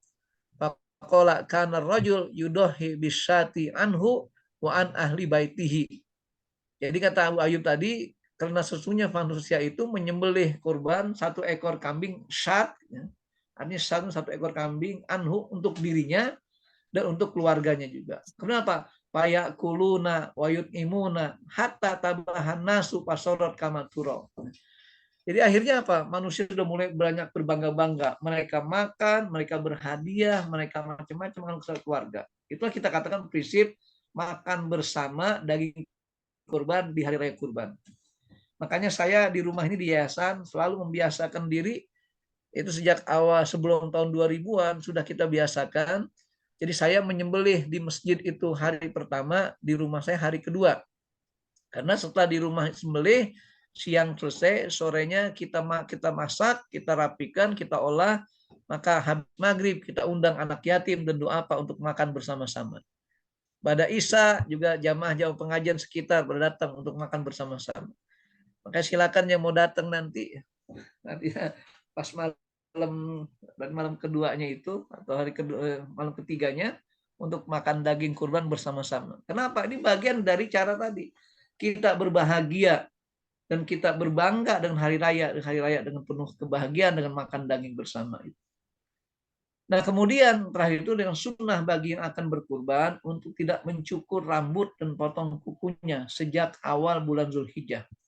Hadis dari Ummu Salamah mengatakan anqala idza dakhala al-ashru, udah datang 10 harinya, artinya asrul awal, maksudnya awal bulan daripada bulan Zulhijjah. Wa arada ahadukum ayudahi, dan kalian ingin menyembelih hewan kurban, fala ya'khudh min sya'rihi wala min dhafrihi syai'an. Maka jangan mencukur rambutnya, juga jangan motong kukunya sampai hewan kurban disembelih. Begitulah tuntunannya tentang bagaimana cara kita memahami pentingnya menghidupkan syariat kurban ini sebagai simbol syariat dari Allah Subhanahu wa taala. Baik, kita buka lagi kesempatan untuk diskusi. Baik. Kata Ibu Assalamualaikum. Erni. Assalamualaikum. Sebentar Bu Erni, Ibu Erni Safitri tadi sudah duluan raise hand. Silakan Bu Erni. Oh iya, silakan. Assalamualaikum warahmatullahi wabarakatuh. Terima kasih Pak Masbar. Terima kasih Pak Ustadz. Ini sedikit minggir-minggir ya Ustadz ya. Jadi gini. Jangan jauh-jauh nih kepleset, Bu. Enggak. Jadi kurban itu dilaksanakan dengan adab ya, Ustadz ya. Jadi kita nggak boleh setelah itu dengan siksa segala macam. Nah, bagaimana jatuhnya kalau otopsi, Ustadz? Itu kan ada kebutuhannya, ya. Tapi kan kita menyakiti jenazah untuk otopsi. Makasih. Assalamualaikum warahmatullahi wabarakatuh. Waalaikumsalam. Maksudnya otopsi ini untuk manusia, Bu ya? Ya, manusia. Misalnya untuk membuktikan satu kesalahan atau apa gitu. Ya. Jadi gini, Bu, bedakan antara kata-kata membunuh dengan menyembelih. Bedakan antara membunuh karena melenyapkan nyawa karena amarah atau dengan pembuktian ilmu pengetahuan. Iya, betul. Makanya kita bedakan kenapa? Tergantung dasar dorongannya. Kan ada istilah begini, pamaniturro goiro bagin wala adin fala isma alaih. Barang siapa yang melakukan sesuatu sifatnya terpaksa dan darurat, maka sifatnya tidak haram, boleh-boleh saja. Nah, otopsi kalau memang dibutuhkan untuk membuktikan satu kasus, maka dibolehkan dengan cara tadi, sekedar untuk membuktikan kasus tersebut. Bukan karena kita emosi, karena kita tidak ingin dia hidup, kita habiskan dirinya, itu nggak boleh. Makanya ihsan tujuannya apa? Untuk membuat atau meringankan semuanya. Nah, termasuk gini, di dalam kita melakukan kisos di Arab Saudi, negara Arab lainnya, kan kisos sifatnya membunuh, Bu. Makanya tidak dikatakan menyembelih. Jadi salah kalau kita katakan kisos menyembelih manusia, itu salah. Kisos membunuh manusia. Kalau membunuh diusahakan seminim mungkin penderitaannya. Makanya ketika orang dibunuh dengan kisos itu langsung dipenggal lehernya sampai putus dan dibiarkan. Karena sifatnya mengurangi beban. Makanya para algojo harus tidak boleh ragu-ragu. Dan dia punya pedang yang cukup tajam sehingga langsung putus. Oleh karena itu dalam Islam, apa yang disebut dengan sanksi hukuman harus dirasakan penderitaannya. Contoh, hukuman potong tangan nggak boleh pakai anestesi. Ya, harus dirasakan. Maka nanti ketika sudah dipotong tangannya, direndam di minyak panas, minyak zaitun, itu akan langsung rapat pori-porinya. Sehingga tidak mengalir darah lagi. Nah, itulah kita nggak pakai anestesi. Makanya para sahabat dulu anestesinya apa? Sholat. Ketika ada yang kena tancap panah, pisau, tangannya luka macam-macam dipotong, mereka sholat. Sehingga nggak berasa dipotong itu. Itu sholatnya khusyuk. Kalau kita sholatnya ya setengah khusyuk.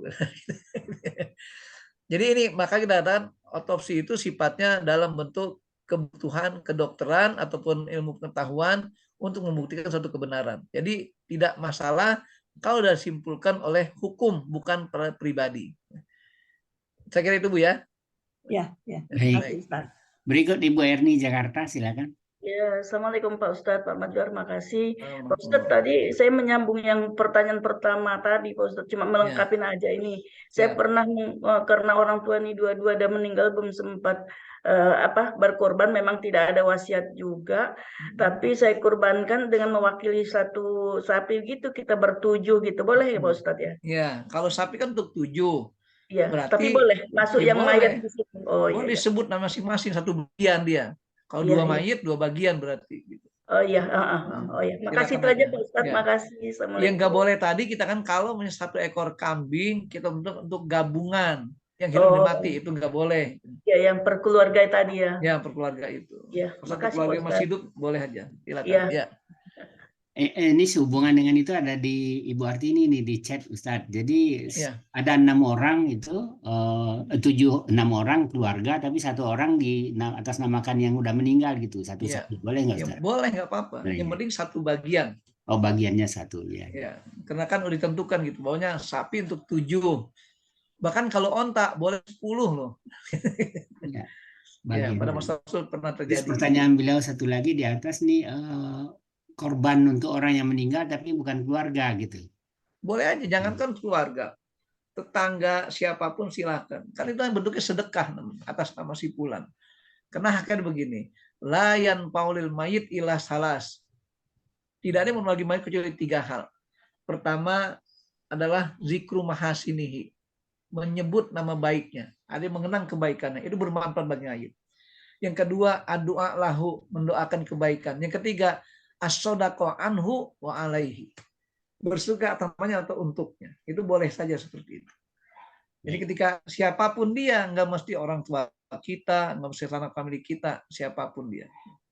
Makanya saya katakan Nabi Muhammad, karena beliau sebagai pemimpin umat, bahwa umatnya semua tanggung jawab beliau. Maka sudah dilakukan ketika beliau masih hidup dengan cara tadi, dengan cara penyembelihan, beliau berdoa dengan kata-kata Allahumma hadami Muhammad wa ali Muhammad wa ummati Muhammad. Dan mereka kan ditambah lagi wa ali Muhammad ummati Muhammad man lam yudohi, keterangan hadisnya. Jadi bagi umat yang tidak sempat untuk menyembelih hewan kurban sudah di cover. Kan kita ingin punya prestasi hasil amal kita. Makanya saya kadang-kadang memahami kata istitoah bagi yang mampu. Ini kadang orang suka lupa gitu. Dia mampu kredit rumah, mampu kredit motor, mampu kredit mobil gitu. Bahkan di rumah ada 2 kulkas, kok nggak mampu menghadirkan hewan kurban? Alasannya karena nggak punya uang. Kan keliru. Gimana caranya? Nabung berarti. Apalagi ibu-ibu ini kan kita katakan punya uang belanja, sisa belanja sehari nggak banyak, cuma 2 juta. Kebanyakan ya. Terus 20.000 sehari sisa uang belanja. Gitu. Nah dia tabung, masukin ada celengan kurban, 20.000 sehari. Setahun berapa juta? Sudah 7.200.000-an. Dapat 2 ekor kambing. Gitu ya. Jadi yang penting bukan hanya mampu, mau atau tidak itu masalahnya. Ya. Jadi kalau mau bisa disiasati. Makanya inilah merupakan gambaran tadi kata Abu Musa tadi itu, bahwasanya ketika seorang sahabat saat itu menyembelih satu ekor kambing satu keluarga, maka akhirnya mereka tabaha, artinya berlomba-lomba mereka untuk hal itu. Sehingga katakan kalian lihat sampai sekali banyak orang yang berkurban itu. Dan kedua dari peruntukannya sebenarnya. Sebaik-baik kurban dilaksanakan di tempat kita berdomisili mestinya. Bukan berarti nggak boleh untuk ngirim keluar. Kenapa? Karena kalau kita ngirim keluar ke daerah terpencil, minimal dikirim ustadznya juga. Untuk menerangkan bahwa syariat kurban bukan nunggu kiriman dari luar daerah. Tapi menjadi sebuah kebiasaan baik bagi masyarakat sekitar. Contoh umpamanya, ada sebuah desa, mereka beternak kambing, sapi, berekor-ekor, ada yang 5-10 ekor. Kita kenapa nggak ada yang korban? Nggak ada kiriman dari luar kota, nggak ada kiriman dari daerah dan negara, wilayah-wilayah besar. Jadi nggak ada yang sadar, padahal mereka bisa sembelih 1 ekornya dan seterusnya. Nah, itu kita katakan makanya harus ada nasihat bagi mereka itu. Bahkan lihat di Arab Saudi, Bapak-Ibu sekalian, ketika mereka kurban, semua disembelih di Saudi. Nanti setelah itu baru dikirim kemana-mana, ke Afrika, kemana-mana. Itulah kita katakan kenapa? Karena mereka sadar, ditempatkan di tempat mereka tinggal, nanti baru manfaat dikirim kemana-mana. Begitulah seterusnya. Ya, saya kira, silakan, ini ada Pak Zen, silakan Pak Zen, di-unmute dulu Pak Zen. Terima kasih Pak Madar. Assalamualaikum Ustaz. Waalaikumsalam warahmatullahi wabarakatuh. Ini minta klarifikasi aja. Ya. Tadi poin yang terakhir itu bagi orang yang berkorban itu dilarang memotong kuku dan rambutnya. Nah, ini pengorban apa kambing? Gimana kita motongin kambing, motong kuku kambing? Tadi orangnya. Jadi domirnya kepada yang berkurban atau menghadirkan hewan kurban. Contoh gini, Bapak mau berkurban atas nama mayit yang meninggal dunia. Siapa yang disunahkan? Bukan mayitnya, tapi Bapak yang menghadirkan hewan kurban. Begitu. Kita maunya sebagai kepala rumah tangga nih, menghadirkan 1 hewan kurban, kambing. Kan larangan tadi katakan, jangan menyembelih, jangan mencukur rambut ataupun menggunting kuku kalau dia sudah niat berkurban ketika datang 10 hari awal dari bulan, tanggal pertama, tanggal 1 bulan Dzulhijjah itu. Nah, karena itu apa? Bagi yang menghadirkan hewan kurbannya. Jadi bukan untuk peruntukannya. Nah, jadi makanya keluarga dari 5 orang tadi mamanya yang nggak ada sunnahnya, siapa yang disunahkan? Yang menghadirkan hewan kurban itu. Karena tujuannya untuk mensucikan dirinya secara utuh, secara sempurna setelah disembelih hewan kurban. Jadi kata-katanya itu kembali bukan kepada binatang kurban. Gitu Pak ya. Baik. Ya, yang kedua sekalian Ustaz. Ya, tadi masalah yang harus kita hadir seperti perintah Nabi kepada Siti Fatimah itu selama ini kita kan punya binaan untuk pesantren di Lasem, di Rembang, di Kudus, di Pati dan sebagainya. Kan nggak bisa kita hadir semua. Nah, apakah satu itu mewakili atau bagaimana? Ya baik. Sebenarnya ini sifatnya anjuran atau sebenarnya keutamaan untuk menumbuhkan keyakinan gitu ya. Karena dengan kita yakin Allah akan terima segala niat kita dan penghapus dosa kita. Kalau memang kita punya orang kita percaya betul di sana, ada perwakilan menyaksikan, Pak, udah disembelih hewan korbannya, udah kita yakin gitu ya. Karena untuk menyaksikan itu. Kan pada masa Rasul nggak ada alat komunikasi, Pak. Ya. Jadi Fatimah disuruh untuk datang melihat, biar kamu tahu pastikan. Sekarang alat komunikasi, makanya saya bisa video call sekarang. Iya. Saya di rumah ini kan banyak titipan dari jamaah, ada dari Sunda Kelapa, dari Pertamina, mana-mana mereka kirim ke sini. Ya sudah nanti saya fotoin, saya kirimin atas namanya ada di situ di binatangnya. Kita sembelih. Jadi biar mereka yakin. Cuman bisa dibilang di tempat saya nyembelihnya hari kedua, bukan hari pertama. Jadi kalau sudah datang hari kedua Idul Kurban, nah silakan untuk potong kuku, untuk cukur rambut, karena sudah disembelih sapi ataupun kurbannya itu. Nah gitu Pak. Iya. Jadi boleh dengan perwakilan. Terima kasih Pak Mas. Baik. Baik Bapak Ibu sekalian, silakan. Masih ada? Pak Mas. Ya silakan Pak. Pak Akib ya, saudaranya Pak Saiful Akib. Satu warga. Bismillahirrahmanirrahim, Pak Ustadz, Pak Mas, dan semua sahabat sekalian rahimakumullah. Pak Ustadz, alhamdulillah secara lengkap saya mendapatkan ilmu yang menurut saya sangat penting dan bermanfaat sekali. Hampir setiap tahun kita ini melaksanakan kegiatan ini. Tapi lagi-lagi selalu heboh dan banyak sekali dilakukan yang jauh dari apa yang tadi antum udah sampaikan itu. Saya tertarik dengan Julaiha tadi Pak Ustadz.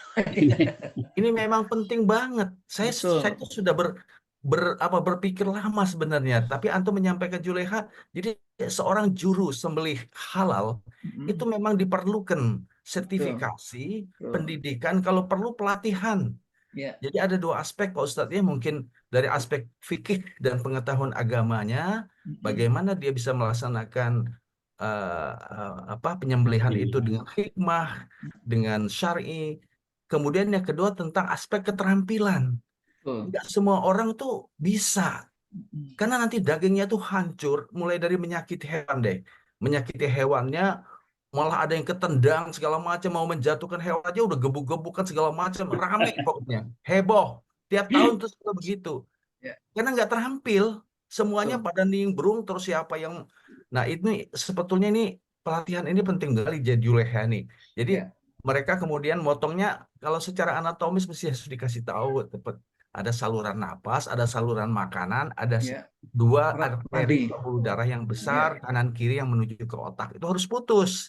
Kalau itu putus, tulang nggak boleh kena. Dan itu pasien korban itu langsung tergeletak dan dia tenang. Tidak putus, dia ngamuk. Nah, itu dia. Kemudian waktu nyincangnya juga hancur itu. Cara motong sapinya itu harus orangnya tahu bagaimana cara memotongnya, bagian-bagian tulang itu enggak semua. Jadi Pak Ustadz, jadi saya terima kasih banget. Nah, sekedar mengingatkan, menjelang Zulhijjah ini kita ada 4 keutamaan golden opportunity. Jadi kesempatan emas kita untuk memperoleh ibadah yang paling penting. Pertama kali berpuasa Pak Ustadz ya. Kita dianjurkan berpuasa, syukur kalau bisa 10 hari, 9-10 hari. Kalau tidak minimal kita berpuasa pada saat wukuf. Yang kedua, kita berkorban.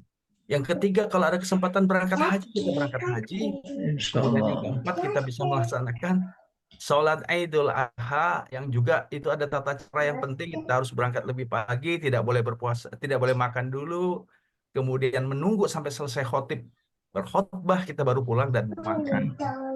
Ini hal-hal ini di fenomena di masyarakat itu masih heboh terus. Kadang-kadang ada yang sudah bagus, tahun depannya jelek lagi. Ini mestinya disosialisasikan Pak Ustadz ya tentang juleha ini ya. Apakah sudah merupakan ketentuan dari masing-masing DKM ya, supaya mereka memilih penyembelihnya ini yang punya keterampilan dan punya pemahaman yang benar tentang hakikat ibadah yang suci dan mulia ini. Dari sisi kita yang berkorban ini tadi banyak juga masalah Ustadz. Setelah berkorban pergi dia keluar kota, nggak ngelihat lagi hewannya karena dia bilang sibuk lah ini, jadi dianggap enteng gitu. Padahal seharusnya dia hadir dan melihat tetesan darah itu. Syukur kalau bisa melakukan sendiri. Nah ini sosialisasi seperti ini saya sangat mendukung Pak Ustadz. Jadi kita kadang-kadang anggap enteng ini tiap tahun begitu, tapi pokoknya aja yang ramai. Pelaksanaan ibadahnya itu masih perlu untuk peningkatan yang lebih baik. Makasih Pak Ustadz. Baik, terima kasih banyak. Ini banyak harus dikomentari tapi singkat aja mungkin. Intinya betul apa yang disampaikan oleh Pak Dr. Akib tadi itu. Bagaimana cara kita memaksimalkan ibadah di bulan Dzulhijjah ini harus punya tuntunan syariatnya. Yes. Nah, termasuk masalah kurban ini, fokus pada kurban. Kenapa disunahkan untuk diperhatikan, dilihat, disaksikan? Pertama, menumbuhkan keyakinan bahwa kita yakin hewan kita disembelih saat itu. Apalagi sekarang dunianya dunia tipu-tipu, sekarang banyak Pak. Iya. Nah itu. Kadang mohon maaf, ini mengatakan lembaga ini, ayo korban di daerah terpencil, 2 juta aja cukup. Kalau di Jakarta 3,5 juta semuanya. Kirim 2 juta, tapi nggak kemana gitu kan. Nggak jelas. Nah itu. Apalagi kita katakan hal ini mungkin terjadi lumrah Indonesia. Di tanah suci pun sering terjadi gitu ya. Tapi kalau ibadah haji, pokoknya dam gitu ya. Satu kloter ditarik sama satu orang. Padahal beli cuma 3 ekor. Gitu ya. Nah, kenapa penipuan-penipuan? Makanya untuk hal itu biar tidak kita ragu, dibuktikan tadi. Nah, makanya saya selalu menjaga amanah ini biar mereka percaya betul bahwa apa yang dia titipkan ke kami itu untuk menyembelih korban, kami atas namakan dia, kita tanya atas nama siapa, dikalungkan di binatangnya, disembelih, dipoto, divideokan, kita kirim langsung. Ini sudah bukti. Bahkan nanti kita tawarkan, mau dikirim nggak bagiannya sepertiga, kita kirim pakai Gojek, datang ke rumahnya. Semuanya mereka rasakan.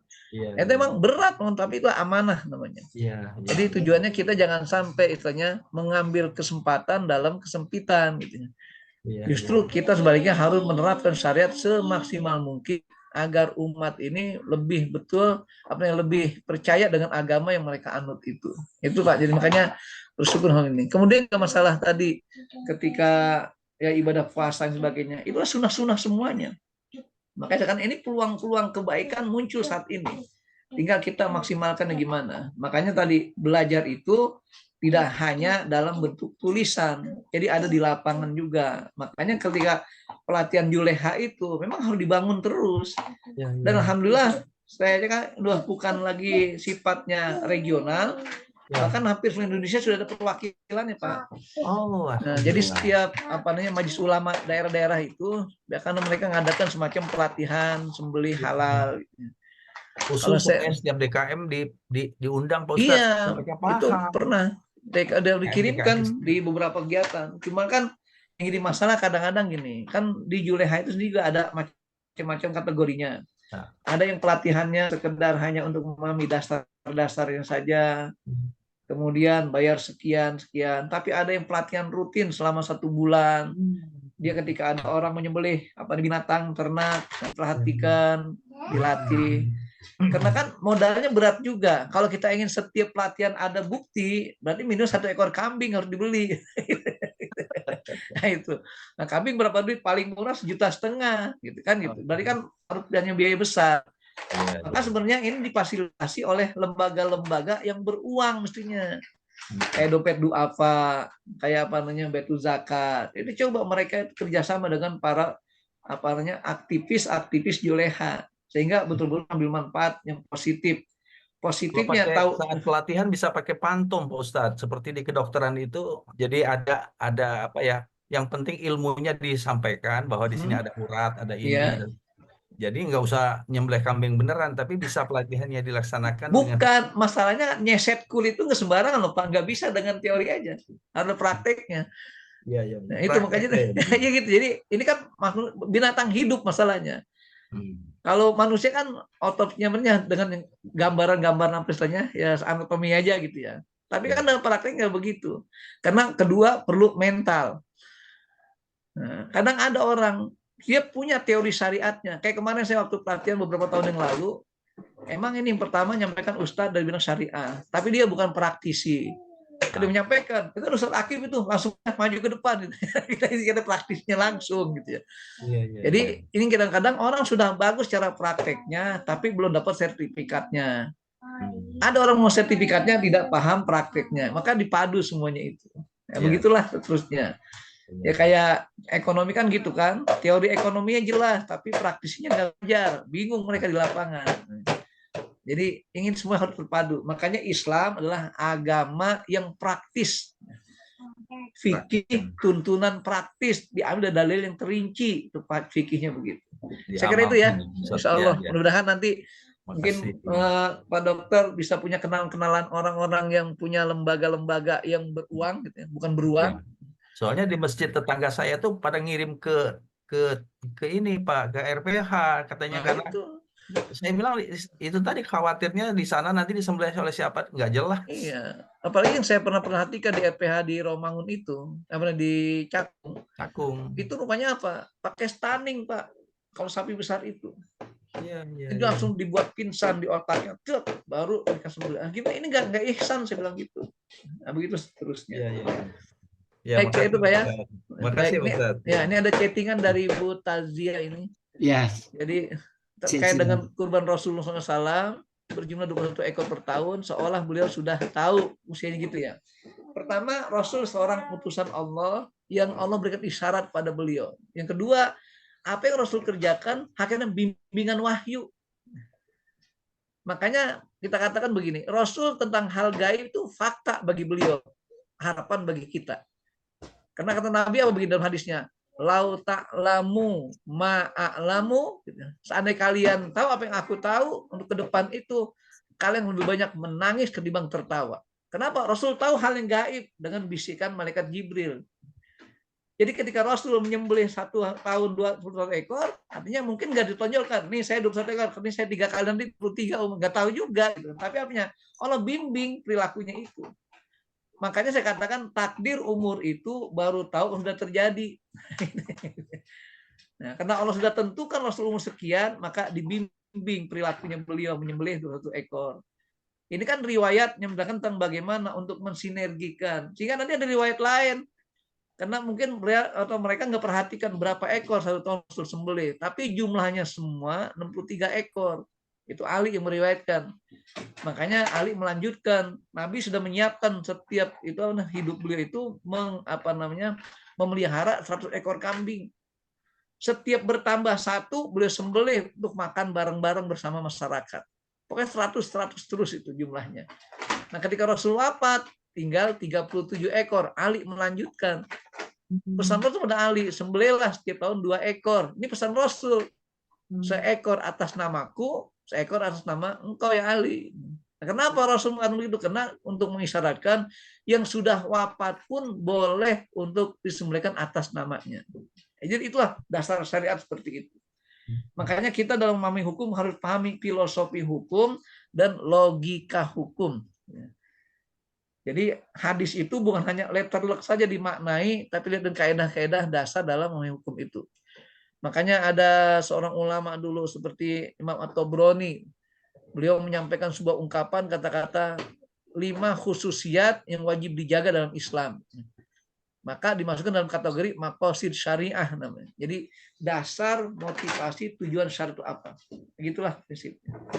Insya Allah Bu, nanti kita jabarkan secara banyak dalam hal ini, terutama yang menyangkut kepada bagaimana Rasul melakukan hal itu, apa paham takdirnya, hakikatnya secara kasat mata yang nggak ditegaskan. Tapi beliau melakukan perbuatan seperti itu karena udah dibimbing sama Allah Subhanahu Wa Taala sebagai pelajaran bagi kita. Ini Bu Haji Hasnah, kan maaf Bapak Ustadz, baiknya penyembelihan kurban itu di lapangan lingkungan atau di kandang, tapi tepat beli hewan tersebut.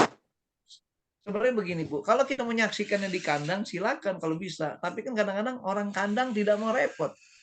Karena kalau dia masih banyak sisa binatang ternaknya, dia akan berpengaruh ya emosi kambing itu binatang tersebut.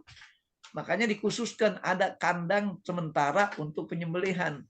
Itu biasanya Pak di tempat-tempat tertentu dibuat itu sarananya, ada lobangnya untuk darah, ada ringnya untuk ikat kakinya, ada gantungannya untuk sesetannya, itu disiapkan. Itu yang terbaik. Makanya kami di Al-Azhar itu di Jakarta Timur sudah ada peralatan seperti itu. Bahkan Sunda Kelapa juga disiapkan juga seperti itu. Maka tergantung kesadaran dari DKM masjid masing-masing. Makanya yang punya kesempatan di DKM, manfaatkan peluang itu untuk memaksimalkan fasilitas sarana penyembelihan yang syar'i dan sifatnya dijamin bersih. Ini bersih apa? Jangan, mohon maaf, lumpur tanahnya itu pada keluar semuanya. Jadi harus ada tempat-tempat yang memang sudah diaspal ataupun di beton sehingga darah gampang kita alirkan ke selokan. Saya kira itu ya. Ya, baik. Makasih Ustaz. Kelihatannya waktunya juga sudah cukup sampai. Baik, kita tutup bersama-sama barangkali Ustaz. Terima kasih banyak nih ilmunya, betul-betul mencerahkan dan langsung bisa kepake nih pekan depan. Amin, amin. Silakan ditutup Ustaz. Baik, terima kasih Bapak sekalian. Ya, sebelumnya karena tidak terlalu banyak ini, saya nyapa secara umum saja. Mudah-mudahan pada sehat semuanya. Amin. Amin. Dan menyongsong Idul Kurban yang besar ini dengan penuh sukacita dan menghadirkan hewan kurbannya dan yakin nih bahwasanya apa yang sembelih adalah betul-betul hewan kurban yang layak kita sembelih sebagai kurban itu. Mari kita berdoa pada Allah SWT, semoga nantiasa menerima segala niat baik kita. Amin. Allah mudahkan tiap urusan kita. Allah jadikan kita sebagai hamba yang terbaik. Amin. Sehingga menjadi teladan bagi generasi setelah kita ini. Bismillahirrahmanirrahim. Alhamdulillahirabbil alamin. Allahumma sholli ala sayidina Muhammad wa ala ali sayidina Muhammad. Allahumma ja'al jam'ana hadza jam'an marhuma. Wa tafarruquna min ba'dukan ma'suma. Wa la taj'al fina wa la ma'ana wa la bainana syakiran al mahrum wa la matruda. Innaka ala kulli syai'in qadir. Allahumma ati nufusana taqwaha wa zakkiha anta khairu man zakkaha anta waliyuha maulaha. Allahumma aslih lana dinana alladzi wa ismatu amrina wa aslih lana dunyana allati fiha ma'ashuna wa aslih lana akhiratana ilaiha ma'aduna waj'alil hayata ziyadatan lana fi kulli khair waj'alil mauta rahatan lana min kulli syarr. Rabbana ftah bainana baina qaumina bil haqq wa anta khairul fatihin. Allahumma ansur man nasruddin wahdul man khadalal muslimin wa a'li kalimatika yaumiddin. Rabbana atina fid dunya hasanah wa fil akhirati hasanah wa qina adzabannar. Wassallallahu ala sayidina Muhammadin wa ala alihi washabihi wasallam. Walhamdulillahirabbil alamin. Wal afu minkum. Wassalamualaikum warahmatullahi wabarakatuh. Waalaikumsalam warahmatullahi wabarakatuh.